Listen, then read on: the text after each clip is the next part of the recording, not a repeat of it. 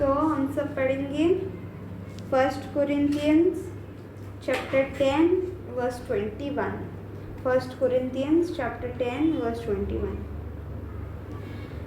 You cannot drink from the Lord's cup and also from the demon's cup. You cannot eat at the Lord's table and also at the table of demons.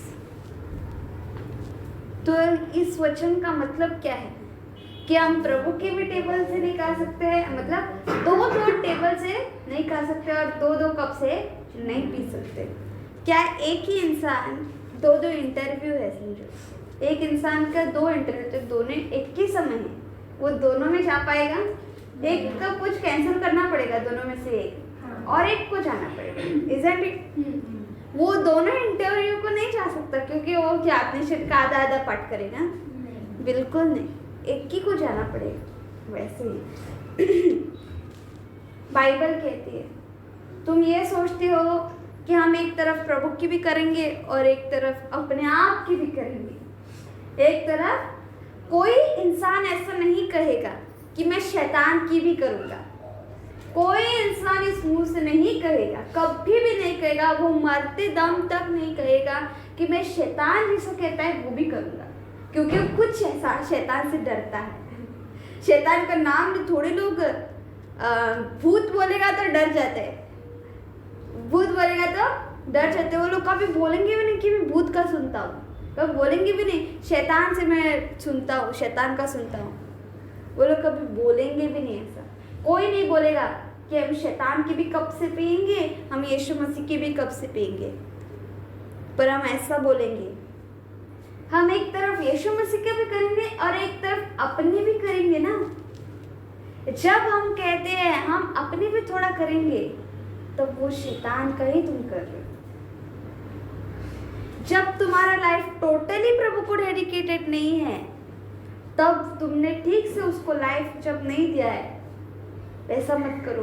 देना है तो अपने आप को पूरा उसे सौंप दो, आधा मत दो। आधा दूंगा और आधा ये करूंगा, इसका मतलब तुमने दिया ही नहीं है। सिर्फ मुंह से कहने का काम करो कि मैंने प्रभु को मेरा जीवन सौंप दिया, पर एक्चुअली तुम्हारे कर्म ही नहीं दिखाते। ये नहीं चलेगा ऐसा वाला। कोई इंसान नहीं कहेगा मैं शैतान के पास भी जाऊंगा, मैं शैतान के पास भी जाऊंगा, ऐसा नहीं कहेगा कोई, क्योंकि वो लोग खुद डरते हैं उससे। पर जानते हो क्या है? वो लोग शैतान कौन है ये जानते ही नहीं है।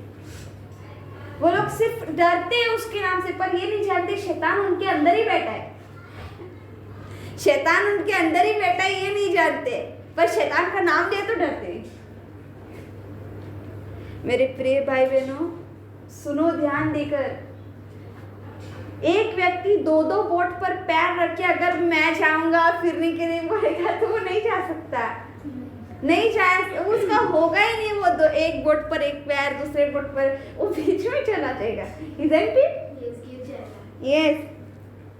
तो हम दो तरफ नाटक नहीं कर सकते।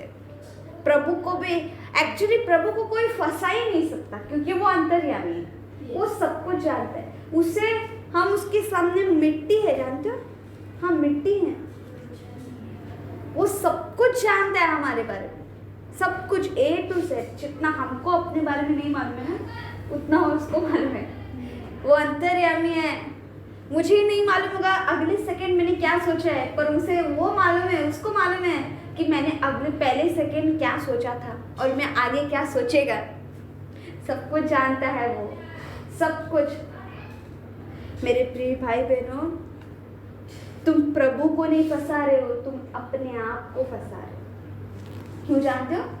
तुम अपने आप के लिए नरक का रास्ता निकाल रहे हो। कोई नहीं कहता मैं नरक में जाऊंगा। एक पापी व्यक्ति भी कहेगा मैं स्वर्ग में जाऊंगा, क्योंकि उसका स्वर्ग में जाने का रास्ता ही नहीं मालूम है। उसको स्वर्ग में जाने के लिए क्या करना है नहीं मालूम है। उनको नरक है भी या नहीं मालूम नहीं। उनको सिर्फ अपने आप को अच्छा है ना।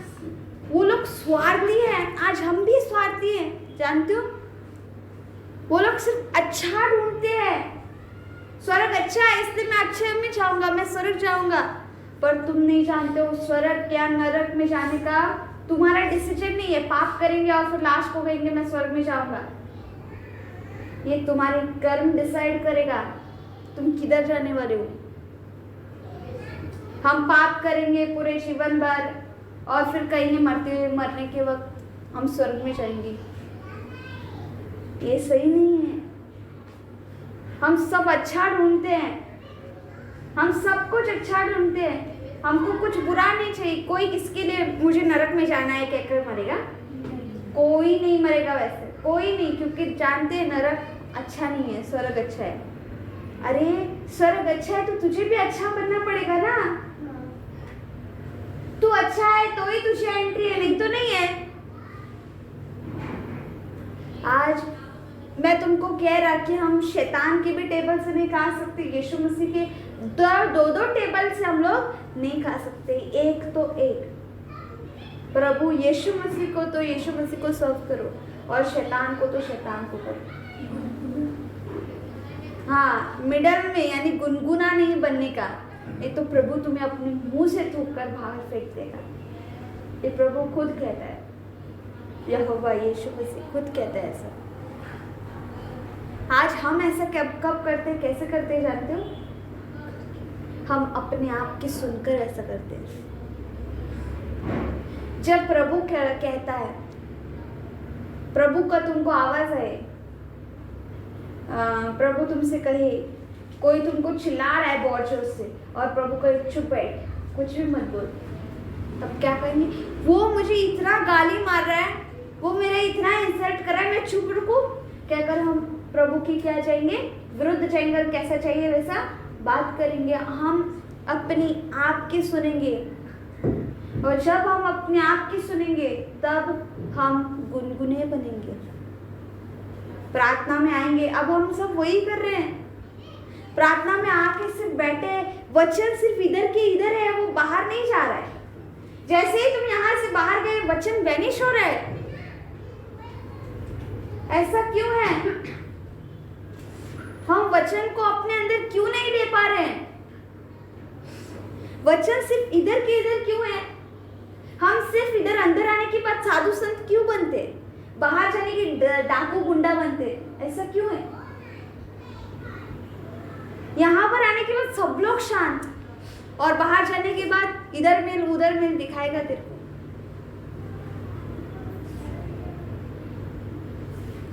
मेरे प्रिय भाई बहनों, दो प्रकार का ये मत करो, क्या कहते हैं, व्यवहार मत करो, इधर एक तो उधर एक, डबल गेम मत करो। यस, जो कोई भी प्रभु में, मतलब जो कोई भी प्रभु में बड़ा हुआ है, यानी जो कोई भी बाइबल पढ़ता है, प्रभु के अनुसार चलता है, उसके सामने जब हम जाएंगे तब हम अच्छे से व्यवहार करेंगे, जैसे हम प्रभु यीशु मसीह के बच्चे हैं। पर बाहर जाने के बाद हमारा असली रूप दिखाई देगा। दो प्रकार के रूप मत रखो, एक तो एक बनो। अगर तुम बाहर सबसे अच्छी तरह से बात करते हो ना, घर में आकर अपने फैमिली मेंबर से भी उसी तरह बात करो। बाहर जाकर अपना नाम बचा कर रखने के लिए हम क्या करते हैं? सबसे अच्छे से बात करते हैं, चुप रहते हैं, और अंदर आने के बाद फैमिली मेंबर से कैसे चाहिए वैसे बात करते हैं और पाप कर बैठते हैं। हम दूसरों को अपना नाम बचाने के लिए, दूसरों को दिखाने के लिए कि हम देखो कितने रिलीजियस हैं, हम प्रभु में देखो कितने बढ़ गए हैं। तुम जीरो ऐसा करते हो तो you are zero, you are nothing. Double game मत करो, प्रभु सब कुछ जानता है। तुम मुझसे कुछ भी छुपाओ, मुझे कुछ समझ में नहीं आएगा, क्योंकि मैं तुम्हारे दिल को नहीं पढ़ सकता, कुछ भी नहीं कर सकता, मेरे हाथ में कुछ भी नहीं है। सिर्फ मैं इतना कर सकता, तुमको वचन बता सकता। तुम यहाँ से वचन सुनकर बाहर जाओ, प्रभु का नजर तब भी तुम पर है। तुम पाप करोगे तब मैं नहीं रहेगा वहां पर, प्रभु रहेगा। मत सोचना कि इन सबके सामने मुझे अच्छा बनना है और बाहर जाके क्या करना है वो करेंगे। ये ध्यान में रखो, हम सब नहीं है ना, तो कोई एक है जो देख रहा है और वो सबका न्याय करेगा और वो हमारा भी न्याय करेगा। बाइबल कहती है कि सबसे पहला दंड यहूदियों को मिलेगा। सबसे पहले दंड यहूदियों को मिलेगा, सबसे पहला न्याय यहूदियों को मिलेगा और सबसे पहले रिवॉर्ड भी यहूदियों को मिलेगा। सबसे पहले न्याय भी यहूदियों का होगा और सबसे पहले रिवॉर्ड भी यहूदियों को ही मिलेगा। इसका मतलब प्रभु अपने बच्चों से स्ट्रिक्टली बिहेव कर रहा है। वो कहता है मैं मेरे बच्चों का पहले न्याय करूंगा ताकि तुम मुझ पर उंगली, मतलब ये लोग कैसे करते हैं वो लोग कैसे करते हैं ऐसा नहीं बोल पाओ, भेदभाव ना हो। सबसे पहला दंड मैं अपने बच्चों को दूंगा, सबसे पहला दंड सबसे पहला न्याय मैं अपने बच्चों का करूंगा और सबसे पहले रिवॉर्ड भी मैं उनको दूंगा। क्योंकि अगर उन्होंने मेरे लिए इतना सहा है ना, तो उनका फर्ज है, हक बनता है कि वो लोग सबसे पहले रिवॉर्ड पाए। Is this not true? क्या ऐसा नहीं होना चाहिए? अगर उन्होंने यीशु मसीह के लिए इतना मार खाया, क्या उनका ये इतना भी अपॉर्चुनिटी नहीं कि वो लोग को पहले रिवॉर्ड मिले? हाँ, आज हमने कुछ भी मार नहीं खाया, कुछ भी नहीं, हम सिर्फ यहाँ पर बैठे हैं और आज हमको पाप भी करने का बंद नहीं करने को हो रहा है। देखो, हमको यहाँ पर सिर्फ बैठ कर सुन रहे, कोई हमको नहीं मार रहा है, कोई हमको कुछ नहीं कर रहा है, सिर्फ यहाँ कर बैठ कर हम सुन रहे हैं, यहाँ पर बैठ कर हम बाइबल पढ़ रहे हैं, हमको कोई कुछ नहीं कह रहा है, फिर भी हमको वचन के अनुसार चलने को नहीं हो रहा है। उन दिनों में तो मारते थे, वो भी इतना खतरनाक मारते थे कि पहले क्या और अभी मारने में फर्क है। पहले लोगों को पथराव करके मारा जाता था। पथराव यानी क्या? पत्थर से मारा जाता था। एक पत्थर मारो तो कितना जोर से लगेगा?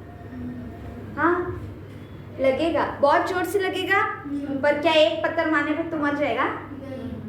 तो सोचो, एक पत्थर मारने पर मैं नहीं मरा, 2 पत्थर मारने पर मैं नहीं मरा, 3 पत्थर मारने पर, 10 पत्थर मारने पर मैं नहीं मरा, तो सोचो उन चेलों को कितने पत्थर मारे होंगे मरने के लिए।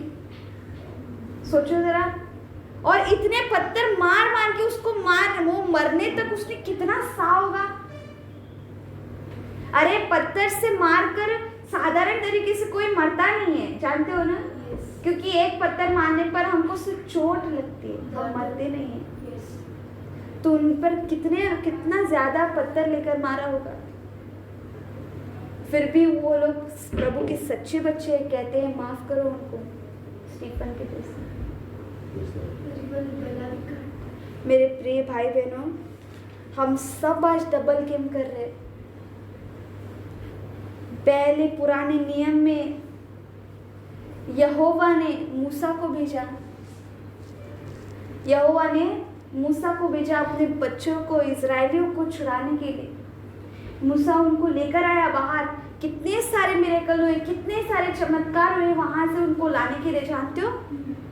इतने सारे मिरेकल्स हुए। फेरौन राजा तो परेशान हो गया, लास्ट उसको बाहर निकाला, उसने उनको भगाया उसने, जानते हो? इतना वो ये हो गया, इतना वो फ्रस्ट्रेट हुआ इन इजरायलियों से, उसने उसको बेजार होकर उनको भगा दिया उनको। तुम लोग यहाँ पर रुको मत, अभी भागो, यहाँ से भागो बोल के उनको। सब घर के लोगों ने सोना चांदी जो है, कपड़े ये भी दे लो, लेके आओ सब लोग। हाँ, सब घर के लोग भी देके सोना चांदी भी देकर उनको भगा दिया, पर कुछ भी करो पर यहाँ से जाओ करके उनको भगाया। इतना उनको परेशान। हमारा परमेश्वर बड़ा है, तुम परमेश्वर के बच्चे ये लो, ले जाओ भाई, कैसे कैसे भी जाओ, हमको बचा लो, ऐसा उनको।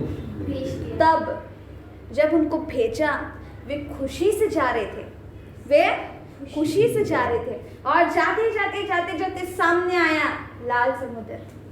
जैसे ही उन्होंने लाल समुद्र को देखा, और तब फेरौन का मन फिर से बदला। फेरौन का मन जैसे बदला, वो वापस उनको लेने के लिए आया, वो वापस उन्हें लेने के लिए आया। जब इजरायलियों को मालूम पड़ा वो वापस आ रहा है, वो कुड़कुड़ाने लगे, वो कहने लगे तू हमको क्यों लेकर आया मूसा को? आने के वक्त इतनी खुशी से आए, और जब लाल समुद्र को देखा और और पीछे की ओर फिरौन को देखा। वो लोग कुड़कुड़ाने लगे, बोलने लगे, मूसा तो हमको क्यों लेकर आया यहाँ पर? अच्छा था कि हम वहाँ ही रहते, अब तो वो हमें लेकर जाएगा और हमें और भी ज़्यादा काम कराएगा, ये वो एक्सेट्रा एक्सेट्रा क्या क्या बोलने लगे। मूसा का सिर ऐसा खराब करने लगे वो लोग, इतना क्या क्या बोल रहे थे। फिर मूसा ने यहोवा से बात किया और यहोवा ने कहा अपनी छड़ी को और उस समुद्र पर रख, मतलब ऐसा एक कर, और तब वो समुद्र बट जाएगा। और समुद्र सचमुच में बट गया। देखो यहोवा का सामर्थ, पानी दीवार के जैसे खड़ा रहा। लोग सूखी जमीन पर, समुद्र की जमीन कभी सूखी नहीं होती है। हम जब भी समुद्र में जाए ना, हमारे पैर अंदर धंसते हैं, जानते हो? क्योंकि उसके अंदर तक बहुत पानी होता है। अरे हम लोग का ये उसका ग्राउंड है ना, तो मत सोचो इतना ही पानी है, इसके नीचे भी बहुत पानी है। और वो समुद्र का जो तल होता है ना, लैंड, वो सूखना बहुत मुश्किल है। वो जमीन सूख गई और सूखी हुई जमीन पर इजरायली चल कर गए। वो लोग खुशी से गए, भागते हुए खुशी से गए, और फिर वो लोग क्या क्रॉस किया। और फिर उनको देखकर वो जा सकते, हम क्यों नहीं जा सकते? क्योंकि फिरौन के सोल्जर्स, सेना आए, वो लोग भी बीच में आए। तो तब क्या हो गया, वो लाल समुद्र बंद हो गया और फिरौन के सारे जो थे क्या कहते हैं उनको, सैनिक वो वहां पर डूबकर मर गए। तब वो लोग वहां पर यहोवा की गीत गाने लगे, खुशी से गीत गाने लगे। और फिर जब वो लोग आगे चलकर गए, तब उनको पानी नहीं मिला। तब जब उनको ऐसा लगा कि हमको हमारे पास कुछ नहीं है, वापस से कुड़कुड़ाने लगे, वापस से, तू हमको क्यों लेकर आया? उधर तो अच्छा था, उधर तो हम जी रहे थे, यहाँ पर मरने के लिए हमको रेगिस्तान में लेकर आया है, ऐसा कहने लगे। और मूसा को उन्होंने परेशान कर दिया। मूसा ने प्रभु के पास मांगा और प्रभु ने कहा, इस पत्थर पर तू छड़ी मार और वो तुम्हें पानी देगा। और तब जब वो पत्थर पर उसने छड़ी मारा, उसका लकड़ी, वो पहले और फिर वो बाद में बोला, वो बोलने के बाद, और फिर वो मारने के बाद उसमें से पानी आया और सारे इस्राएलियों ने पानी पिया। और पानी पीने के बाद वापस खुश हो गए, पानी पीने के बाद वापस खुश हो गए। और फिर मूसा उनको और आगे लेके गया, वहां पर उनको प्रभु खाना नहीं ऐसे करके कुड़कुड़ाने लगे। फिर प्रभु ने उनको स्वर्ग से मन्ना दिया, वो एंजल्स का खाना था, जानते हो? बाइबल कहती है वो एंजल्स का खाना था। और वो एंजल्स का खाना यहोवा ने इजरायलियों को दिया, इंसानों को दिया। और फिर आगे गए, आगे वो लोग कहने लगे ये मन्ना खा खा के बेचा जा गए। ये क्या इजरायली थे, देखो इतने, जब मन्ना मिला सुबह उठकर बहुत खुश हुए, बहुत खुश हुए। और जब वो लोग आगे गए, रोज उनको मन्ना मिलता था, जानते हो? रोज मिलता था, एक दिन छोड़कर सब्त का दिन, पर उसके पहले दिन में उसको बहुत मिलता था। फिर आगे गए, फिर आगे जाके ये कहने लगे मन्ना खा खा के बेचा रह गए। लेकिन मोसेस को कभी कोई बेचा नहीं आया, इतना साल मोसेस रहा, लेकिन उसको कभी बेचा नहीं हुआ। हाँ, उसको कभी बेचा नहीं है। ये लोग कह रहे तंग आ गए हम ये मन्ना खा खा के, अभी हमको मीट चाहिए। मीट यानी क्या? हमको मांस चाहिए कहने लगे। हम इजराइल में कितना अच्छा खाते थे, हम इजिप्ट में क्या, मिस्र में कितना अच्छा खाते थे। अदरक खाते थे, जीरा खाते थे, कोरिएंडर खाते थे, लहसुन मतलब और कांदा बींदा सब कुछ खाते थे बोल रहे। पर इधर तो सिर्फ मन्ना मिल रहा है। तब यहोवा ने उनके लिए ये भी क्या, मांस भी ये किया, बेचा। एक बर्ड बहुत सारा झुंड बेचा, बर्ड का बहुत सारा झुंड आया और उनको पकड़ के उन्होंने मीट करके खाया। जानते हो उनमें भी इतने लालची एक्स्ट्रा बर्ड को ये कर रहे थे, ज्यादा बर्ड्स को ले रहे थे। उसके लिए यहोवा ने उनको दंड दिया कि जब उनको मिला ना, वो लोग खुशी से ले रहे थे, जानते हो। वापस पानी का प्रॉब्लम हुआ था उनके पास, तब वापस उनको दिया। और बार बार से मूसा के पास एक कहते थे, तू क्यों लेकर आया? इससे अच्छा था उधर मरते, इधर मरने के लिए क्यों लेकर आया? अच्छा था कि हम फिरौन के हाथों मरते, इधर क्यों मरने लेकर आया?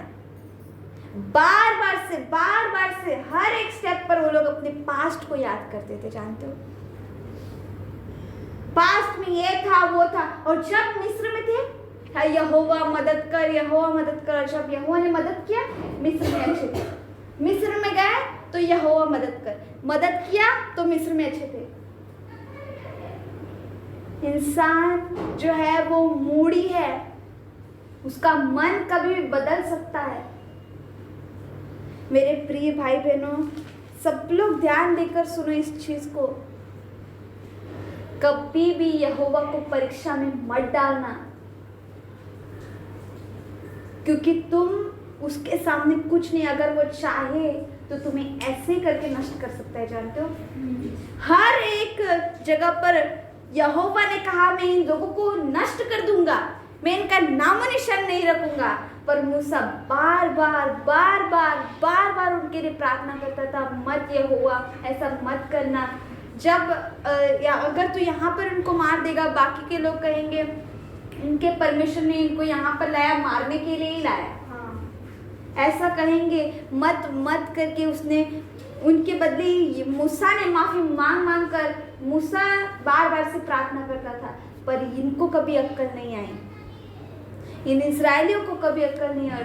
बार वही मिस्टेक। और फिर जब भी यहोवा उन पर दंड करता था ना, मूसा के पास जल्दी आकर कहते थे कि प्रभु के और माफी मांग, हम लोग वापस से नहीं करेंगे, और वापस से वही। आज हमारी भी परिस्थिति वैसी ही है। हम हमेशा जो हमको चाहिए ना, जितना हम तक है ना, उतना जब हमें मिले ना, वी आर हैप्पी। हमारे विरुद्ध कुछ भी रहे ना, तो हम यहोवा पर उंगली उठाने के लिए तैयार हो जाएंगे।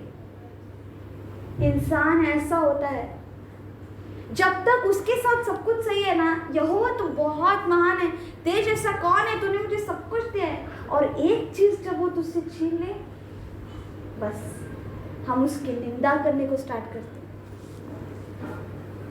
शैतान और यहोवा की बात हो रही थी एक दिन, और यहोवा ने कहा तूने देखा मेरे बेटे को जिसका नाम अय्यूब है, मेरे बेटे का नाम जिसका नाम अय्यूब है। तब शैतान ने कहा हाँ मैंने देखा ना। तो यहोवा ने कहा वो कुछ भी हो जाए वो मेरा इनकार कभी नहीं करेगा, ऐसा यहोवा ने कहा। और तब शैतान कहता है हाँ तूने उसके ऊपर प्रोटेक्शन जो लगाया है, तूने उसको सब कुछ दिया है, वो इतना रिच है, उसके पास सब कुछ है, इसलिए वो तेरी आज्ञा मान रहा है। एक चीज उसके पास से हटा के देख, कैसे तेरा विरुद्ध जाएगा देख। ऐसा कहकर यहोवा को कहने लगा। इसका मतलब हम इंसान सिर्फ जब तक यहोवा देता है ना, तब तक ही हम धर्मी हैं क्या?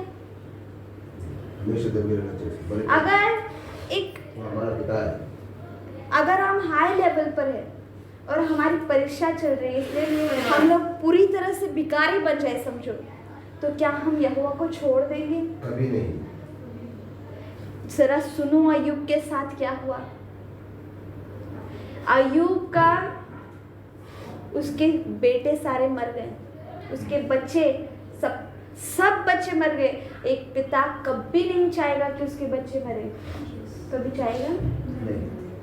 उसके सारे बच्चे मर गए, उसका बीवी नहीं मरी, बीवी छोड़ के चले गए उसे, बच्चे मर गए, उसके जानवर भी, उसके इतने सारे जानवर थे, बहुत जानवर थे उसके पास, बहुत रिच था वो। यहोवा ने उसको इतना आशीष दिया था, सब कुछ उसके पास से चला गया, सब कुछ A to Z सब कुछ गया। तब उसके आंख पर पूरा कोड़ा, मतलब स्किन डिजीज भी हुआ उसको, तब भी कुष्ठ रोग भी हुआ, तब भी वो यहोवा की स्तुति कर रहा था। जानते हो आज हम सब ठीक है, हमारा क्या एक हाथ लंगड़ा है, पैर लंगड़ा है क्या? नहीं, हम ठीक है, और ठीक होकर हम यहोवा की स्तुति कर रहे हैं। पर उसके तो बच्चे मर गए थे, उसकी बीवी छोड़कर चली गई थी, और उसके आंख पर कुष्ठ रोग आ गया था, और सब कुछ उसके पास से छीना गया था, तब भी वो उसकी स्तुति करता है। यहोवा ने दिया और यहोवा ने लिया। वो ऐसा कहता है यहोवा ने दिया और यहोवा ने ही लिया, उसकी मर्जी। वो कहता है कैसे कोई इतना ईमानदार यहोवा के प्रति हो सकता है? होना चाहिए।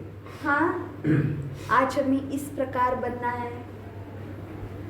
हमें जब तक प्रभु देता है तब तक ही उसके पास ईमानदार नहीं रहना है। जब शैतान हमारे पास से सब कुछ छीन भी लेना, तब भी हमें जानना है कि मेरे प्रभु ने मुझसे कुछ नहीं छीना है। जो छीना है वो शैतान ने थोड़ी देर के लिए छीन लिया है, थोड़ी देर के लिए। अब मेरी परीक्षा चल रही है और परीक्षा के समय मैं प्रभु का हाथ नहीं छोड़ेगा। और जानते हो बाइबल क्या कहती है?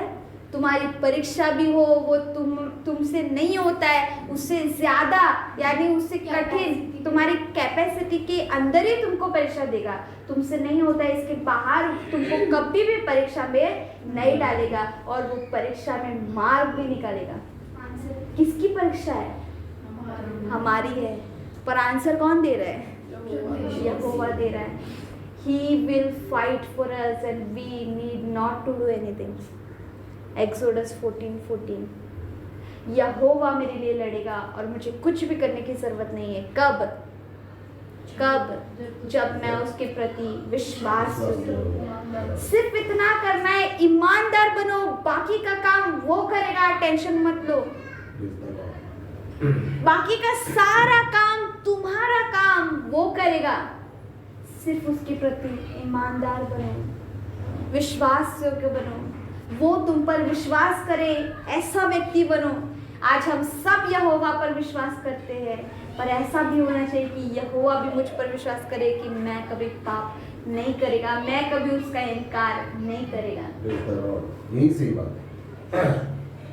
आज डबल गेम मत खेलो। ऐसा मत सोचो कोई नहीं देख रहा है, कोई नहीं देख रहा है, ऐसा मत समझो। एक है और जो महान है और उसके हाथों में गिरना भयंकर है। मैं तुमको पहले भी कहता था और अब भी कहता, यहोवा के हाथों में गिरना इतना भयंकर है कि तुम कभी सोच भी नहीं सकते कि वो क्या कर सकता है और क्या नहीं कर सकता है। सदोम और अमोरा जब पाप में गिरे, उनका नाश ऐसा हुआ था, जो कोई भी उसे देख रहा होगा ना, वही देखकर मर गया होगा। सदोम और अमोरा को ऊपर से आग गिरकर वो लोग जल के राख हो गए थे, जानते हो? क्योंकि वहां पर एक भी धर्मी व्यक्ति नहीं था सिवाय लूत और उसके परिवार के। उनको बाहर निकाला गया पहले। मेरे प्रिय भाई बहनों, वैसे ही सेम निनवे भी था। सदोम और अमोरा के जैसा निनवे भी था। वहां पर एक नबी को भेजा गया, उस नबी का नाम योना था। और योना जब गया, योना के प्रचार को सुनकर लोगों ने मन फिराया और मन फिराने के कारण ही यहोवा ने अपना निर्णय बदल दिया। थोड़े लोग कहते हैं यहोवा ने जो निर्णय किया वो लास्ट है। सही है, लास्ट है, पर ये जान लो he can change at any moment, क्योंकि कुछ भी करो वो एक पिता है। कुछ भी करो, तुम कुछ भी करो, तुम कुछ भी बोलो, वो एक पिता है। और एक पिता अगर उसका बेटा लास्ट मोमेंट पर भी आकर उसको सॉरी बोले ना, वो अपना पूरा का पूरा डिसीजन चेंज कर सकता है। उसका मन कभी बदल जाए हम नहीं जानते। इसलिए योना लास्ट को कहता है, मुझे मालूम था तू दयालु है, मुझे मालूम था तू करुणामय है, मुझे मालूम था तू माफ करेगा, क्यों भेजा मुझको इधर? ऐसा करना था तू। योना चिल्लाता है। तब यहोवा कहता है, यहोवा उसके साइड में एक झाड़ लाता है। वो झाड़ उसे सावली देती है, फल भी देता है, और फिर वो दूसरे ही दिन सूख जाता है। और योना पर बहुत धूप गिरता है उसके ऊपर, और फिर उसको बहुत गुस्सा आता है। मतलब उसको दया भी आती है उस झाड़ पर कि ये सूख कर मर गया, और उसको गुस्सा भी आता है। और तब वो गुस्से से हे यहोवा ऐसा कहता है। तब यहोवा कहता है, तुझे गुस्सा करने को क्यों है? एक जो झाड़ एक दिन में उग गया और दूसरे ही दिन जल गया, तुझे उसके लिए इतनी दया हो रही है? ये निनवे जिसमें इतने सारे जानवर है, इतने सारे मेरे बच्चे हैं, इतने सारे लोग हैं, मैं उनको नष्ट कर दूं? ऐसे कहा। कुछ भी करो, यहोवा एक पिता है। एक पिता अपना मन कभी भी बदल सकता है। इसलिए जान लो, यहोवा ने हर एक काम धीरज से किया। यहोवा कहता ना तो एक दिन में सारी सृष्टि रची जाती उसके हाथों से, पर 6 दिन लगे क्योंकि वो धीमे धीमे कर रहा है, यानी वो धीरज धरे कर रहा है। हर चीज में यहोवा ने धीरज धरा, हर चीज में उसने धीरज धरा, पर एक चीज में वो कभी धीरज नहीं धरता है। ये एक सूरज प्रेमानी ने कहा था, उसका लाइन है, एक चीज में यहोवा कभी भी धीरज नहीं धरता है, वो ये है,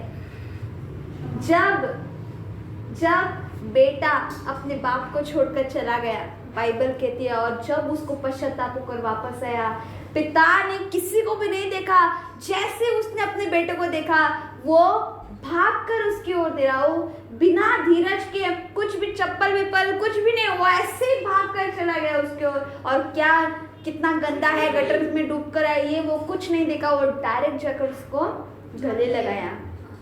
उसके अंदर से कितना गंदा वास आ रहा है ये भी नहीं देखा, और डुक्कर को पाल कर आया था, तो सोचो उसके अंदर से कितना गंदा वास होता है। डुक्कर का खाना भी खाता था और कभी नहीं नहाता था। उसको जाकर कैसा दिख रहा है, उसका बाल ऐसा वैसा है, उसके अंदर से गंदा स्मेल आ रहा है, कुछ नहीं देखा। वो कुछ भी करो, एक पिता है वो दौड़ कर आया, उसको गले लगाया, उसे लेकर गया, नहलाया धुलाया, उसको अच्छे अच्छे कपड़े पहनाए, शूज पहनाए, कोट बीट सब कुछ उसके लिए, मुर्गी बिर्गी सब काटा और जश्न मनाया। ये है पिता। एक चीज में वो कभी धीरज नहीं धरता है, वो उसके खोए हुए बच्चे को वापस लेने में, उन्हें माफ करने में, दया करने में वो कभी धीरज नहीं धरता है, जानते हो। इसलिए मैं तुमसे कहता और बार बार से कहेगा, उसके साथ डबल गेम मत करना, क्योंकि वो हमसे बहुत प्रेम करता है, और अगर हमने उसको दुखा दिया तो सोचो तुम्हारा क्या है, तुमने क्या ऐसा किया, तुम्हारा क्या वैल्यू है अगर तुम उस परम पिता को दुखाते हो। वो प्रभु जो तुमसे इतना प्रेम करता है, इतना प्रेम करता है कि तुम्हारे लिए जान भी देने के लिए तैयार है, अगर तुम उसको धोखा दो, तुम क्या हो, तुमको क्या नाम दूं मैं, मुझको नहीं समझ में आ रहा है। अगर फिर भी तुमको नहीं समझ में आता है कि प्रभु तुमसे इतना प्रेम करता है, और फिर भी तुम उसको जानते हो, उसके प्रेम को जानते हो, दया को जानते हुए पाप करते हो, मुझे नहीं समझ में आ रहा है कि तुम कौन से व्यक्ति हो, कौन से पत्थर दिल व्यक्ति हो। क्योंकि यहोवा ने हमसे इतना प्रेम किया, इतना प्रेम किया कि अपने एक लौते को हमें दे दिया, अपने एक लौते प्रभु यीशु मसीह को हमें दे दिया। जानो कि यहोवा के साथ डबल गेम करना, उसको दुखाना भी है और उसके हाथों में पड़ना भी है, और ये भयंकर है। मैं तुमको बताना चाहती हूँ, प्रभु के सामने नाटक मत करो। तुम बाहर से नाच के दिखाओगे और अंदर से गाली मारोगे, वो सब जानता है। एक्चुअली तुम्हारे शरीर को इस वक्त अगर प्रभु यीशु मसीह इधर है, वो है ही, अगर प्रभु यीशु मसीह इधर है आप भी, जस्ट तो मैं तुमसे कहता, वो हम सबके मुंह को नहीं देख रहे। आई एम डेफिनेटली श्योर, 101% मैं तुमको गारंटी देकर कहता कि वो इस समय हमारे मुंह को घूर नहीं रहा है, वो दिल के विचार को जान रहा है। आज इधर बैठकर इस समय, right now at this second, this moment, वो एक एक के दिल को पढ़ रहा है। वो ऐसे मुंह को घूर कर क्या करेगा, उसने ही तो हमको बनाया है, चाहे तो वो मेरे जैसे 10 व्यक्ति को बना सकता है। मेरे मुंह को नहीं देखता है, वो मेरे हृदय को देखता है, मेरे हृदय को देख रहा है। इस समय वो किसी को भी शरीर में नहीं देख रहा है। इस समय वो किसी के भी, इसका बाल टेढ़ा है, उसका बाल, अभी हम लोग प्रार्थना करते करते आँख खुल रहे हैं ना, ये ऐसा मुंह कर रहे हैं, वो वैसा मुंह कर रहा है, ऐसा होता है ना। पर हमारा प्रभु मुंह को नहीं देख रहा है, वो दिल को देख रहा है, वो आत्मा को देख रहा है कि ये क्या कर रहा है आत्मा में। इसलिए ध्यान रखो और सावधान रहो, क्योंकि यीशु मसीह यहाँ ही है, तुम्हारे साथ है, तुम्हारे अंदर है, इसलिए पाप करने का कोई चांस नहीं। ठीक है, आज का वचन सबको समझ में आया?